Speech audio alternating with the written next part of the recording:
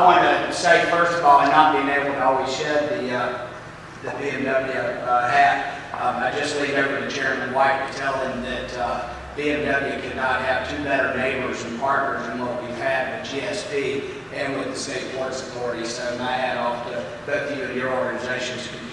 You have sure contributed a lot to our success. And the legislature and all the elected officials have that are here as well. I see several mayors and county council members and other representatives of elected bodies. So thank you very much.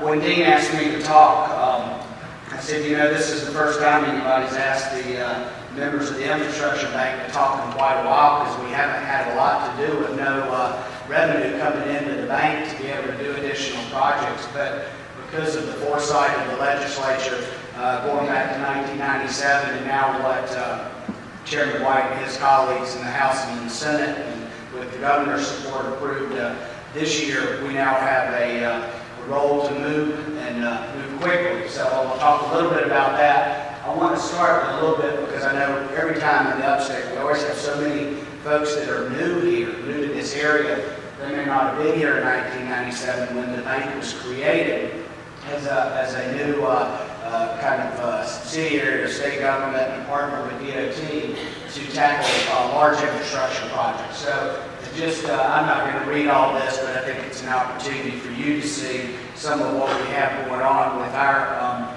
genesis back in 97.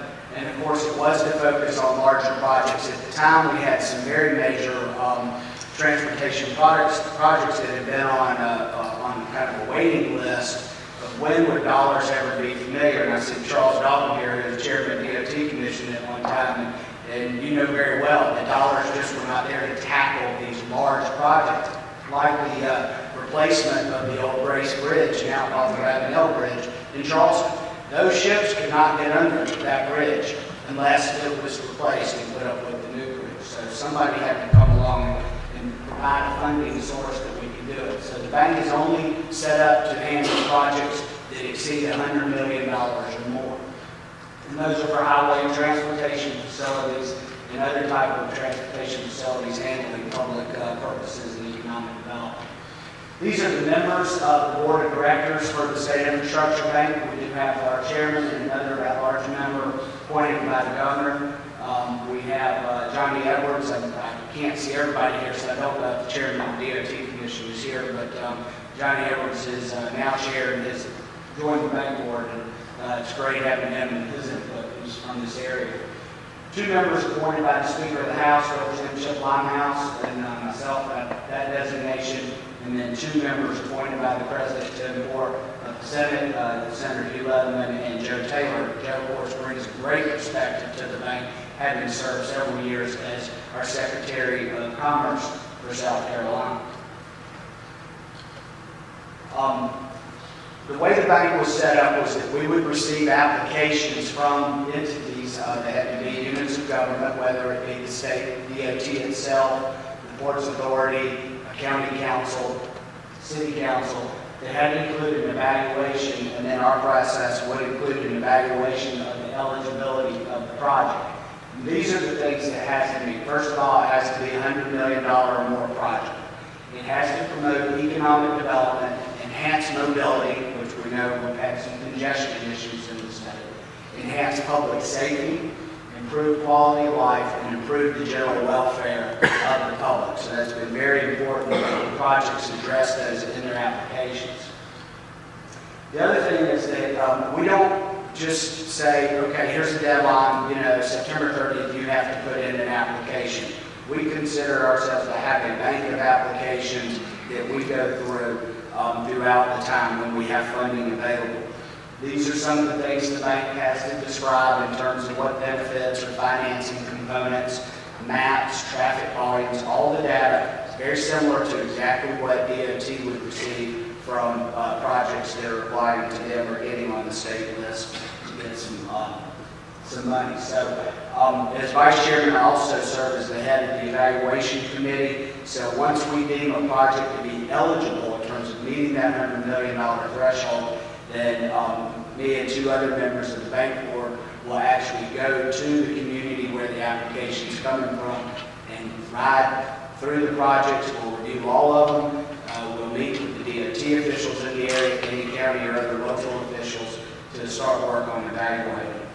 We have a point system that we set up, and this was in agreement with the legislature that this is what they wanted us to do as well, with some type of scoring of the applications as they came in, so you can see public benefit, financial plan, project approach. All of those areas that have other specific things that they have to address. And I always point out the financial plan, one of the most significant of the 25 items on that is a local match. That was such a key part of creating the infrastructure bank, and what we would do is that local communities had to have buy-in to the projects they were applying for, so there has to be a local match. Got to go ahead of myself, didn't I? The percent of the local match is something that we've had to address over time because we really, again, want to evaluate what would that be. I would say generally has been around that 30 to 35% for most projects with the local match. That doesn't affect the ranking though. If you have a higher match, the more points you score. And there's a variety of local revenues or local sources that can be considered part of that match. Several communities have taken advantage of legislation created by the General Assembly years ago for a capital penny, that you would raise your local sales tax by a penny. That money, that revenue derived from that goes to specific projects or would go into the infrastructure bank application as your local match to address a larger transportation need. York County, for example, I think that's probably the closest county to here that did that. When they did it the first time, York County voters approved that penny. I think the margin was about 10 or 12 votes. But it passed, it went into effect, and the next time when it was ready to sunset and they wanted to pass it or restore it for another 7 years, it passed like 80% to 20% because people saw the results of what was happening in that buy-in. Again, this delivery process goes without saying. We do very thoroughly vet the applications that come in because we do have limited resources to be able to do new projects. And we report those to the full board meeting. When we approve the project, recommend on it then goes to the Joint Bond Review Board and the Budget Control Board. So we're not actually the final say-so. We make the recommendation that these projects have to go to them before approval. This is an example of most of the communities that have received funding through the infrastructure bank. You would see the Upstate Grid Plan was a project back when I was at the Greenville Chamber of Commerce back in the late 90s. That was an application that was submitted on behalf of Anderson, Greenville, and Spartanburg. That application, which was the only one that then kind of came from this particular area, included a lot of improvements to existing highways, Highway 14, Highway 101, Highway 290, Whitehall Road in Anderson, 585, and Spartanburg, and a few other areas. So that was about a $390 million project that we have. But you can see where most of these projects have been approved from. Our revenue comes primarily from some source. General Assembly gave us out of the general fund $66 million to get the bank started. But then the continuing funding that we get is from the truck registration fees from the motor carriers. The General Assembly designated that the truck fees would come into the infrastructure bank as a source of the debt service for the bonds we issued, $62 million for the last fiscal year that we received. Generally, it's run anywhere from 55 to about that $60 million mark. The DOT also each year commits $26 million or the equivalent of a penny of gasoline tax comes from their revenue to us. We have a lot of projects that we do with DOT, and so that is part of that funding source. We also get $38 million in motor vehicle fees, and that's been very helpful. That's pretty average about every year with the motor vehicle revenues that are coming in, the 38. And then a portion of electric power tax. A lot of people may not even know there is an electric power tax, but part of that goes to the infrastructure bank as well. Total revenue bonds, and I should point out, one of the reasons that the infrastructure bank was also created is like the Ports Authority and maybe like GSP, we can issue revenue bonds as opposed to just doing general obligation bonds. So we're able to turn that debt service stream into a significant amount of money for projects. And you can see we've issued over $2.4 billion, and a lot of that debt service on those, as you see the annual amount, we still have a lot of money coming in from Horry County from the projects that did the Conway Bypass and the Carolina-based Parkway. So we still have that coming in. It's their match. And then we get some, we have one general obligation. We had a project that would not qualify as a revenue bond project, so we did $60 million in GO bonds. That's the only GO bond issuance we've had to do. Recently, the General Assembly passed an act this year, Act 98. Act 98 basically is legislation that says to the DOT and to the Infrastructure Bank, we're going to direct $50 million a year, X number of years, and we need to tackle this major interstate issue that we have in South Carolina. We need to come in and look at what are the highest needs, maybe even some shovel-ready type interstate work, interstates and bridges that we can tackle. So for $50 million a year, we think that the Infrastructure Bank is the right conduit to go out and issue revenue bonds to be able to do this. So this is a presentation that I took with DOT's permission that they made to us recently that talks about the project, and you've seen some of this in the press. Act 114, I can't remember how many years ago it was passed, but not that long ago, was legislation that basically to the Department of Transportation said you have to come up with criteria that meets these particular aspects in order to prioritize and then fund projects. So the guiding principle under Act 98 and the agreement between DOT and the CIP is that we will follow Act 114. We will be good stewards of the funding once it gets approved, and that we will focus, as we have before, on large capital projects. But what was inserted this time versus the original 1997 legislation is just as these projects have to be interstate bridge related. The DOT made a presentation to their commission back in August, middle of August. The DOT commission has then forwarded just last week an application to the CIP where we will now take that application. We're breaking it up into parts because it's pretty substantial as far as all the data and the material that we have to review. We will take that and take the evaluation team to the different projects. I've actually already been to two of them myself here in the upstate to review. The September 9th meeting has been moved. We will probably be looking at later in September to have our meeting because we really need some time to go through this application. Once we approve it, it does not have to go back to the DOT Commission. It will immediately go to the October meeting of the Joint Bond Review Committee and then the Budget Control Board approval. Again, I covered a little bit about what we're talking about. The $50 million basically for the rates that the Infrastructure Bank gets through the market in New York.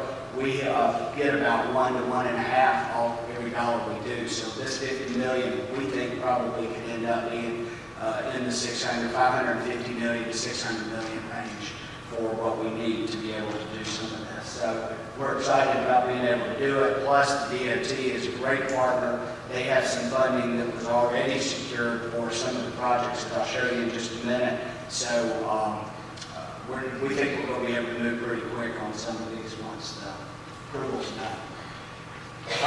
The application that we received, what we're getting from DOT, is about $500 million, $550 million. Since this presentation was done, I think the dollar amount of one of the projects dropped a little bit, a little more efficient use of the money. The DOT, if you know what they've had to do, and this is just unfortunate the way it's been with not having growing revenue, they're going to take a lot of the maintenance money to match federal money to get any work. I mean, it has been hard to do with not having growth in revenue. So what we're looking at now is being able to use some of the money from the bonding program to also help match some of this federal money. So really what you're looking at is not just a $500 million interstate program.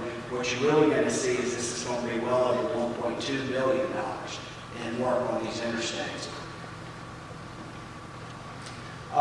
These are the seven, I guess you would say, the seven projects that we talked about, but particular emphasis for the infrastructure bank are the ones that are in blue. The other ones are where DOT has the ability to take some available funding and match the federal money that I was referencing. The first one, the I-85, 385 interchange, many of you know that's already gone through most of the public hearing process. If there's anyone from DOT here, I think you'd admit this is probably the most shovel-ready interstate project in South Carolina. So we're ready to move on it very, very quickly once the approval's done. DOT, that program is going to grow as you know in the local papers. DOT will come in and finish it on the back end. I-26 in Richland, Lexington counties, if you know, coming out past Harbison, that area, I-26 coming in towards Columbia, DOT has a project to improve the traffic flow along that section of the interstate. The I-85 Ringgold-Spartanburg congestion management, that basically is looking at the corridor study the DOT's been working on from around White Horse Road all the way up to Spartanburg, around I think where Highway 129 intersects up near the Adidas plant. A lot of different improvements that DOT is proposing to undertake there. The next infrastructure bank project, what we're looking at, this is one I just heard the other day, is in Lexington County on I-20, coming out from 378 on I-20 out to Long Ponds Road. This is in the vicinity of a lot of large manufacturing plants that maybe some of us in the upstate are not that familiar with. There's a lot of traffic congestion in this area, both on Long Pond Road and on that section. I-77 in Richland County, if you're ever coming out of Columbia and going towards Blythewood on I-77, huge congestion issue there. The interstate is just basically two-lane segments, so that's one reason that it's high on the list to improve that because of the growth in the Blythewood area. And last, and one that is just one that I strongly believe in, any of us that drive between Spartanburg and the North Carolina state line know that this section of I-85 just basically petrifies people.